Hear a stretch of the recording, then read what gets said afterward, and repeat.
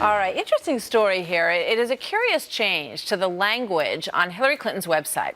The edit is to the page on campus sexual assault. It used to tell women who claim to have been assaulted, quote, "You have the right to be believed."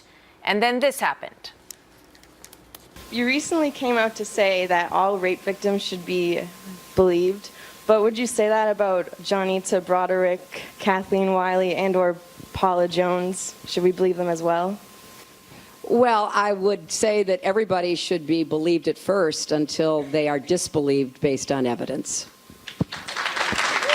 That list, of course, is all women who accused Bill Clinton of sexual harassment or assault. And shortly after that, a tweet came out from the accuser, Juanita Broderick, and it went viral. You can see what she wrote here. In it, she's claiming that Bill Clinton raped her when he was the attorney general. So now yesterday, go forward here, it was reported for the first time that the sentence about always believing accusers is now slashed from the website.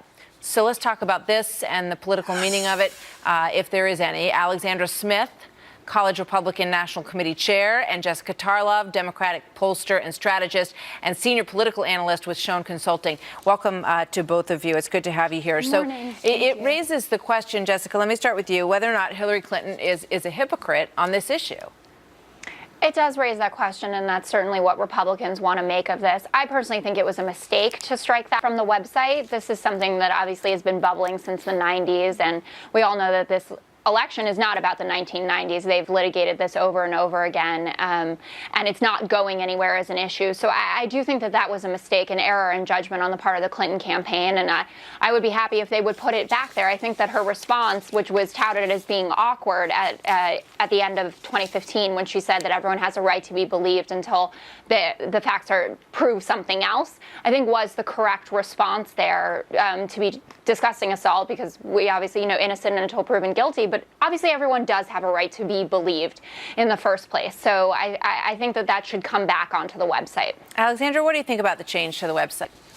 Well, Hillary Clinton is good at deleting things, and I think it's the reason why, if you look at the new NBC poll, only 11% of Americans believe that she's honest and trustworthy. To me, this speaks to what a lot of Americans, and particularly young Americans, believe to be true about her, that she says one thing and she'll say another depending on the circumstances. And this is going to be a real issue for her in putting back together that young Obama coalition that gave the president his re-election in 2012. That's why you're seeing that her numbers with young voters aren't as strong, and we're seeing that a lot of young voters are opting to vote for third-party candidates rather than cast their ballot for her. So that's a real problem for her. But she's overwhelmingly... Go ahead, Jessica. Sorry, but while you're answering, let's pull up the numbers with men and women currently in the campaign. Go ahead, Jessica.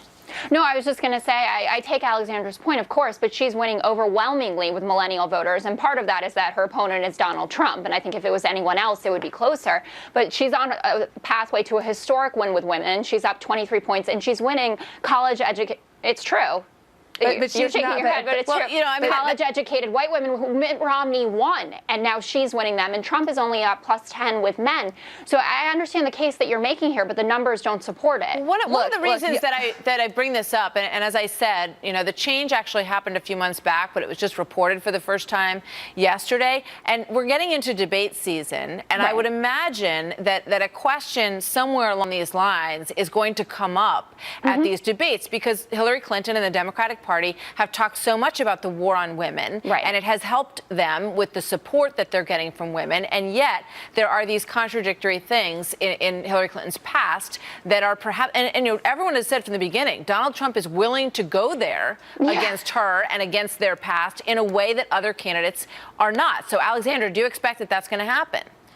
I absolutely do. But to go back to what Jessica just mentioned, President Obama won the youth vote with 66% of the vote. That is a historic vote with young voters. The fact that under the circumstances that Hillary Clinton can't capture close to that number is a problem for her. And no one has been a bigger critic than I of our party's outreach to young voters. But going back to the debates and what Hillary Clinton might face there, I think that this will be an issue. Even a BuzzFeed report that came out just a couple of days ago about this talked about that quote from Hillary Clinton at the end of 2015, where she said that until evidence disproves that claim, BuzzFeed itself has said nothing, or there's no evidence that is out there that disproves what Juanita Broaddrick is saying. And it also is worth pointing out that it took Redditors, it took Redditors to find out that she had actually deleted this from the website. So where was the media's attention on this all along? I think that Hillary Clinton's been able to get away with a lot in this campaign, and when she goes to that debate stage, this is something she's going to have to answer for. I mean, that is why it's still relevant. Obviously, these accusations are very old, right? But because she brings it up and she talks about these situations